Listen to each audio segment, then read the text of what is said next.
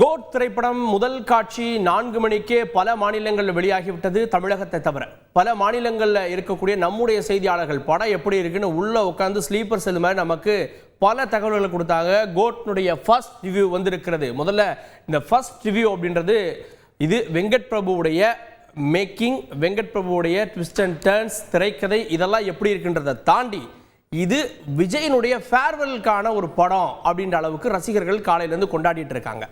இந்த ஒரு சூழலில் இதனுடைய கதை என்ன அப்படின்னா, நம்ம ட்ரெய்லர்லேயே நமக்கு நிறைய கதை தெரிஞ்சிருக்கும். அதனுடைய கதையினுடைய நீட்சி தான் ஒரு தீவிரவாத ஒழிப்பு படை இருக்குது. அந்த படையில் ஒரு 5 நண்பர்கள் இருக்காங்க.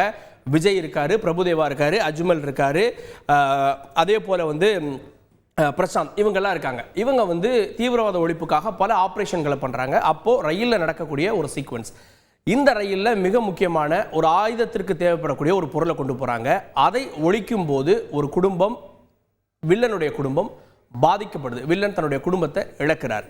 இந்த ஒரு இடத்துல தான் விஜயகாந்துடைய இன்ட்ரோடக்ஷன் வருது. ஏஐ மூலமாக விஜயகாந்த், பழைய விஜயகாந்த், அதிலிருந்து விஜய் வர்றாரு அப்படின்னு ஆரம்பத்திலே விஜய் அப்படின்ற ஒரு பெரிய கூஸ்பம்ஸ் அங்கே கொடுத்துருக்காங்க. எல்லோரும் எதிர்பார்த்த ஒரு விஷயம், அது அங்கே சாட்டிஸ்ஃபைடாக இருக்குது. அதுக்கப்புறம் பெரிய ஆக்ஷன் சீக்வன்ஸ் நடக்குது. அதுக்கப்புறமா ஒரு இன்னொரு ஆப்ரேஷனுக்காக தாய்லாந்து இந்த டீம் போகிறாங்க. நம்ம அதை ப்ரொமோவில் கூட பார்த்துருப்போம். தாய்லாந்தில் விஜய்க்கு குழந்தை பிறக்குது. இந்த ஒரு சூழலில் விஜயும் ஒரு சூழலில் சிக்கிக்கொள்கிறார். அந்த குழந்தைய கடத்திட்டு போகிறாங்க. கடத்திட்டு போகிறப்போ அந்த குழந்தை சென்ற வாகனம் ஆக்சிடென்ட் ஆயிடுச்சு. அந்த குழந்தை என்னாச்சு, இருக்கா இல்லையா, இறந்துருச்சுன்னு விஜய் நினச்சிக்கிறாரு. இந்த ஒரு சூழலில் அந்த குழந்தை என்னாச்சு அப்படின்ற ஒரு பதைப்பதைப்போட தன்னுடைய வேலையை ராஜினாமா பண்ணிட்டு அதுக்கப்புறமா இமிகிரேஷனுக்கு வந்துடுறாரு.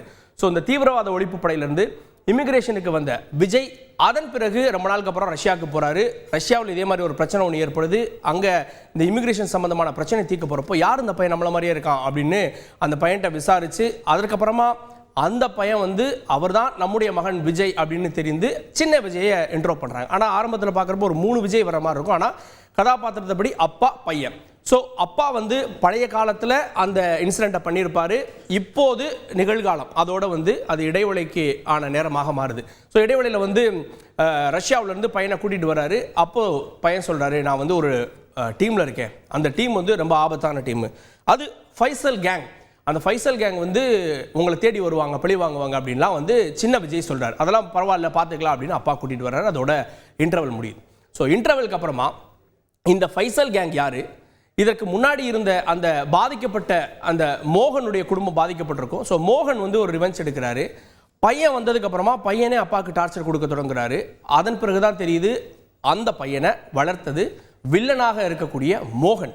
ஸோ மோகன் தான் இந்த பையனை, இறந்துட்டு தான் நினைத்த பையனை மோகன் எடுத்துகிட்டு போய் வளர்த்துருக்காரு. இப்போது அப்பாவுக்கு எதிராக பையனை திருப்பி விட்டுருக்காரு மோகன். இப்போது அப்பா பையன் சேர்ந்து என்ன பண்ண போகிறாங்க, பையன் குறிப்பாக அப்பாவை பழி வாங்குவாரா, அதாவது உன் சொந்த ரத்தமே உன்னை பழி வாங்கும் அப்படின்னு சொல்லிட்டு மோகன் இந்த பழி வாங்கக்கூடிய படலத்தை தொடங்குறாரு. சின்ன விஜய் என்ன பண்ணினாரு, அதாவது சின்ன விஜய்னா யங்ஸ்டர் விஜயா இருக்காரு. யங்ஸ்டர் விஜய் என்ன பண்ணினாரு அப்படின்ற கேள்வி தான் படத்துடைய இறுதியில் நிற்கிது. ஸோ அப்பா பையன் 2 பேரும் சேர்ந்து வில்லன் அழிப்பாங்களா, இல்லை வில்லன் சொன்ன மாதிரி அப்பா விஜய சின்ன விஜய் கொள்ளுவாரா, இல்லை வேற ஏதாவது ட்விஸ்ட் டர்ன் இருக்கா அப்படின்ற நிறைய கேள்வி இருக்கு. இது கடையில் இந்த படத்தில் கூஸ்பம் மொமெண்ட்ஸ் அப்படின்னா ட்ரெயின் சீக்வன்ஸாக இருக்கட்டும், அதே போல் விஜயகாந்துடைய இன்ட்ரோடக்ஷனாக இருக்கட்டும், அதை தாண்டி விஜயனுடைய பல படங்கள் அவருடைய ரோல் சிக்னேச்சர்ஸ் இப்போ பார்க்குறீங்களா விஷுவலில், இந்த சிக்னேச்சர்ஸ் எல்லாம் ஆரம்பத்திலேருந்து ரசிகர்களை பெரிய அளவு என்கேஜ் பண்ணிகிட்டே வருது. இதில் ஒவ்வொரு முடிச்சுகளாக விஜய் டைரக்டர் ஓப்பன் பண்ணிகிட்டே வராரு. அது இன்டர்வல் வரைக்கும் படத்தை ஒரு ஃபுல் ஸ்டிஃபில் வச்சிருக்கு. அதுக்கப்புறமா கடைசி ஒரு 40 நிமிஷம் கிளைமேக்ஸ் அப்படின்றாங்க.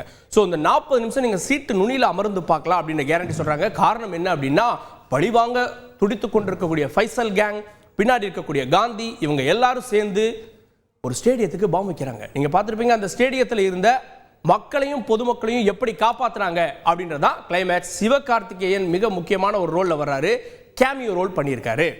ஸோ ரசிகர்கள்லாம் பெரிய விஜயை, அதுவும் விஜயினுடைய கடைசி படத்திற்கு முந்தைய படம் அப்படின்றப்போ ஒரு ஃபேர்வெல் மூடில் இந்த படத்தை பார்த்துருக்காங்க.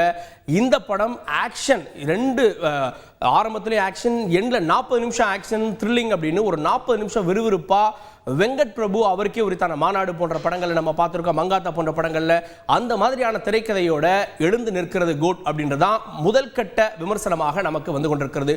குடும்பங்கள் கொண்டாடக்கூடிய வகையில் இந்த படம் இருக்கு அப்படின்ற விஷயங்களையும் பதிவு பண்றாங்க. கோட் படத்துடைய கதை என்ன? தீவிரவாத ஒழிப்பு படை அப்படின்ற ஒரு படை இருக்கிறது. அந்த படையில தான் விஜய் இருக்காரு, பிரசாந்த் இருக்காரு, பிரபுதேவா இருக்காரு, அதே போல அஜ்மல் இருக்காரு. இவங்களுக்கு தலைவர் ஒருத்தர் அப்படின்னு 5 பேர் கொண்ட டீமா இருக்கு. இவங்க ஒரு தீவிரவாத ஒழிப்புக்கான பல ஆப்ரேஷன்களை பண்றாங்க. அதுல ஒன்று ட்ரெயின்ல நடக்கக்கூடிய மிக முக்கியமான ஆப்ரேஷன். அதுல ஒரு ட்ரெயின் பிளாஸ்ட்ல ஒரு குடும்பம் ஒட்டுமொத்தமாக இழக்குது. அந்த குடும்பத்தை இழந்தவர் வில்லன். யார் அந்த வில்லன்? காந்தி. அவர்தான் மோகன். இந்த மோகன் பழிவாங்கக்கூடிய கதை தான் இது. ஆனால் அது சாதாரண வகையிலான கதையா இல்லாமல் வேறு வகையில் வடிவமைச்சிருக்காங்க. இதன் பிறகு தாய்லாந்தில் வேறொரு ஆப்ரேஷனுக்காக குடும்பத்தோட விஜய் போறாரு. இதெல்லாம் நம்ம ப்ரோமோலியை பார்த்துருப்போம். அங்கே விஜயுடைய குடும்பம், அதாவது விஜய்க்கு வந்து குழந்தை பிறக்கிறது. அதே நேரத்தில் விஜய் வேறொரு இடத்துல மாட்டிக்கிறாரு. இந்த ஒரு சூழலில் அந்த குழந்தை கடத்தப்படுது. அந்த குழந்தை சென்ற வாகனம் அப்படியே விபத்தில் சிக்குது. அதுக்கப்புறம் அந்த விஜய் இருந்தாரா, இறந்துட்டாரா, சின்ன விஜய் அப்படின்ற கேள்வியோடு இருக்கிறது. இந்த மாதிரி தன்னுடைய குடும்பத்துக்கு ஒரு பாதிப்பு வரவும் பெரிய விஜய் என்ன பண்றாரு அப்படின்னா, இந்த வேலை வேண்டாம் அப்படின்னு இமிகிரேஷன் ஆஃபீஸ்க்கான அந்த வேலைக்கு வந்துடுறாரு. அதன் பிறகு ரஷ்யாவில் ஒரு பெரிய நிகழ்வு நடக்குது.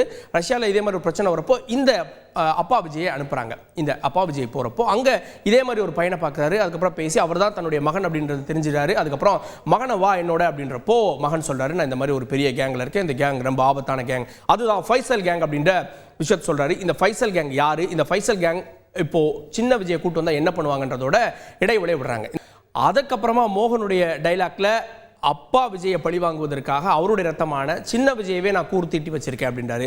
ஸோ அப்பா விஜயை மகன் விஜய் பழி வாங்குவதாக கதை இருக்குமா அப்படின்னா பழிவாங்க தொடங்குகிறார். அப்கோர்ஸ் இன்டர்வலுக்கு அப்புறமா இப்படி தான் கதை நகர்கிறது அப்படின்றாங்க. ஆனால் அதுக்கப்புறமா அப்பாவை அவர் பழி வாங்கினாரா, இல்லை அப்பா வந்து மகனை பழி வாங்கினாரா, இல்லை 2 பேரும் சேர்ந்து வில்லனை பழி வாங்கினாங்களா அப்படின்றதான் வந்து படத்துடைய இறுதியாக இருக்கிறது. இதற்கு மத்தியில் நிறைய கூஸ்பம் மூமெண்ட்ஸ் எல்லாம் சேர்த்துருக்காங்க. விஜயகாந்துடைய ஏஐயாக இருக்கட்டும் சரி, விஜயகாந்துடைய முகத்திலிருந்து விஜய் வர்ற அந்த மூமெண்ட்டாக இருக்கட்டும் சரி, அதே போல் இந்த இடத்துல சிவகார்த்திகேயன் வராரு. குறிப்பாக வந்து ஒரு ஆஃபீஸர் மாதிரி வராரு, ஒருத்தர் பிடிக்கக்கூடிய முக்கியமான ரோலில் வராரு. அவர் வந்து கேமியோவில் வந்திருக்காரு.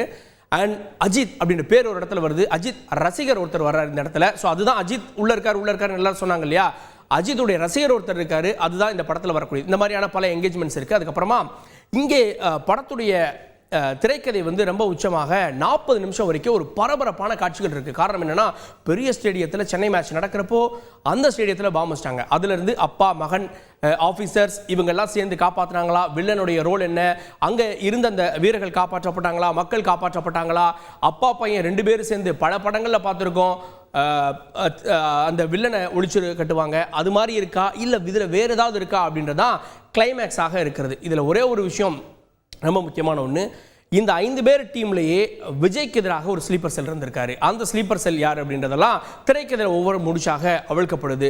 ஸோ கடைசி ஒரு 40 நிமிஷம் படத்தை வந்து வேற லெவலில் கொண்டு போயிருக்கு அப்படின்றாங்க. குடும்பத்தோடு பார்க்க வேண்டிய ஒரு படமாக இருக்குது அப்படின்றதா பல மாநிலங்களிலிருந்து நம்முடைய செய்தியாளர்கள் படத்தை நேரடியாக பார்த்துட்டு கொடுத்துருக்கக்கூடிய முதல் கட்ட ரிவ்யூ.